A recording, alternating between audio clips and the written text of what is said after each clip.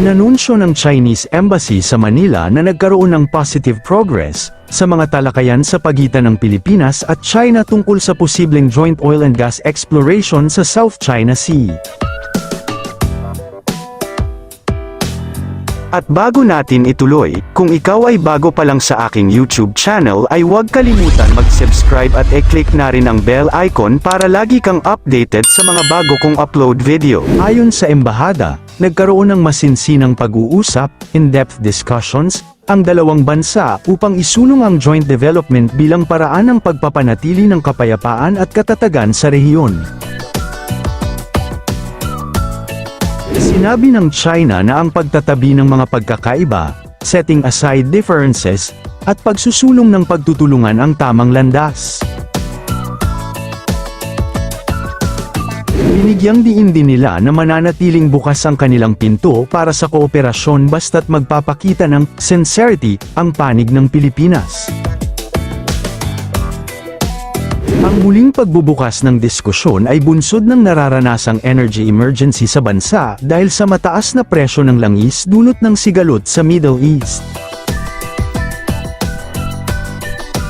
Nanatiling sensitibo ang usapin dahil sa mga isyu ng soberanya at mga limitasyong itinakda ng konstitusyon ng Pilipinas, lalo na't pinawalang bisa ng Supreme Court ang mga naunang katulad na kasunduan noong 2023. Nagpaalala ang ilang senador na dapat maging maingat ang kasalukuyang administrasyon at tiyaking hindi makokompromiso ang mga karapatan ng Pilipinas sa West Philippine Sea.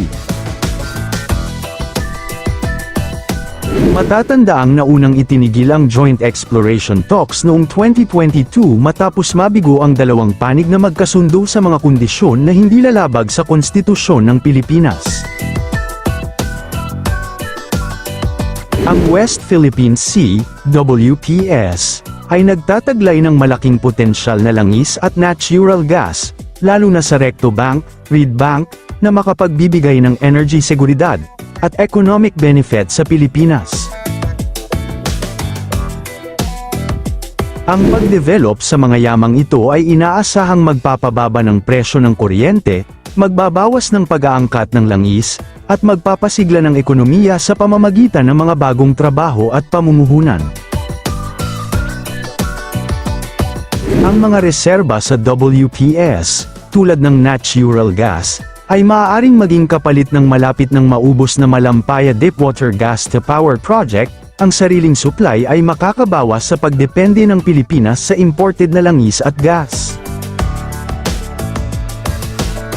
Ang pag-drill at pag-produce ng langis at gas ay inaasahang magdadala ng bilyong-bilyong dolyar na pamumuhunan at magbubukas ng maraming trabaho para sa mga Pilipino. Ang paggamit ng lokal na natural gas ay makakatulong upang maging mas matatag at mas mababa ang singil sa kuryente at gasolina para sa mga kabahayan at negosyo. Ang kita mula sa mga mapagkukunang ito ay maaaring gamitin para sa modernisasyon ng Armed Forces of the Philippines, AFP, upang mas maprotektahan ang teritoryo ng bansa. Ayon sa datos,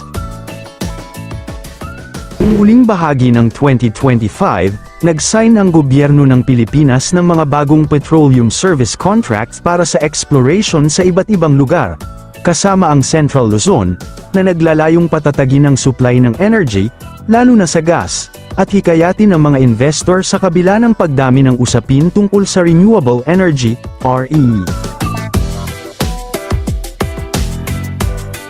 Nag-issue ng 8 bagong petroleum service contracts na nagkakahalaga ng $207 million o tinatayang 12 billion pesos, para sa exploration sa mga lugar tulad ng Sulu Sea, Cagayan, Cebu, Palawan, at Central Luzon.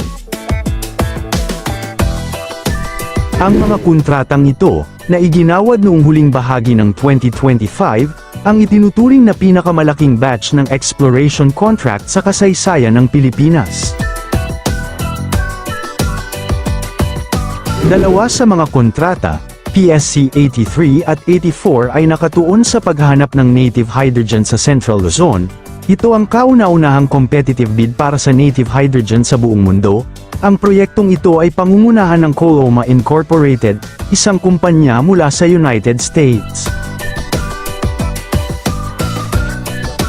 Ang investment na ito ay bahagi ng estratehiya upang mapalakas ang energy security at mabawasan ang pagdepende sa imported na langis, lalo na't humihina na ang produksyon mula sa Malampaya gas field. Bukod sa mga bagong kontrata, pinayagan din ng PXP Energy Corporation na magpatuloy ng produksyon sa Gallup Oil Field, off Northwest Palawan, simula ngayong taon upang madagdagan ang lokal na supply. Ang Pilipinas ay nagpapalakas ng oil and gas drilling, lalo na sa Malampaya at sa mga lugar na may potensyal tulad ng Recto Bank. Ang layunin ay magkaroon ng sapat na energy para sa bansa. Patuloy ang pag-focus sa energy sa Pilipinas, lalo na sa pag-develop ng mga langis at natural gas, kasama ang pagpapatuloy ng usapin sa Malampaya gas field, paghahanap ng bagong exploration, tulad sa West Philippine Sea, Recto Bank, at pag-address sa isyu ng pagmamay-ari at benepisyo para sa bansa, gamit ang mga batas tulad ng Petroleum Act of 1949 para sa pag-explore at pag-exploit ng resources, na naglalayong mapalakas ang energy security. Nagpapatuloy ang pag-explore ng mga bagong oil at gas reserves, lalo na sa mga lugar tulad ng Recto Bank, West Philippine Sea, at iba pang basin, na pinamamahalaan ng Department of Energy. Layunin ng mga proyekto sa pag-drill na mapabuti ang seguridad sa energy ng Pilipinas, na may potensyal na magkaroon ng mas maraming natural gas at langis mula sa sariling bansa. Ang Reed Bank, tinatawag ding Recto Bank, ay isang malaking submerged bank sa West Philippine Sea na pinaniniwalaang nagtataglay ng malaking reserba ng langis at natural gas. Ito ay matatagpuan sa loob ng Exclusive Economic Zone, EEZ, ng Pilipinas, hilagang silangan ng Spratly Islands at kanluran ng Palawan. Tinatayang mayaman ang lugar na ito sa likas na yaman. Sa mga ulat ng US Energy Information Administration, maaaring maglaman ang Recto Bank ng hanggang 5.4 bilyong barrels ng langis at 55.1 trilyong cubic feet ng natural gas. Higit na malaki ito kaysa sa Malampaya gas field. Itinuturing itong best option na papalit sa Malampaya, na inaasahang mauubos na ang supply sa mga susunod na taon. Ang pagkuha ng gas dito ay makakatulong sa pagbaba ng presyo ng kuryente at pagpapatatag ng energy security ng bansa. Ang mga reserba dito ay nakikitang posibleng kapalit sa tumatandang Malampaya gas field, na nagbibigay ng malaking bahagi ng kuryente sa Luzon. Kung matagumpay na madrilling, maaari nitong tugunan ng kakulangan sa energy ng Pilipinas at bawasan ang pagdepende sa imported na langis.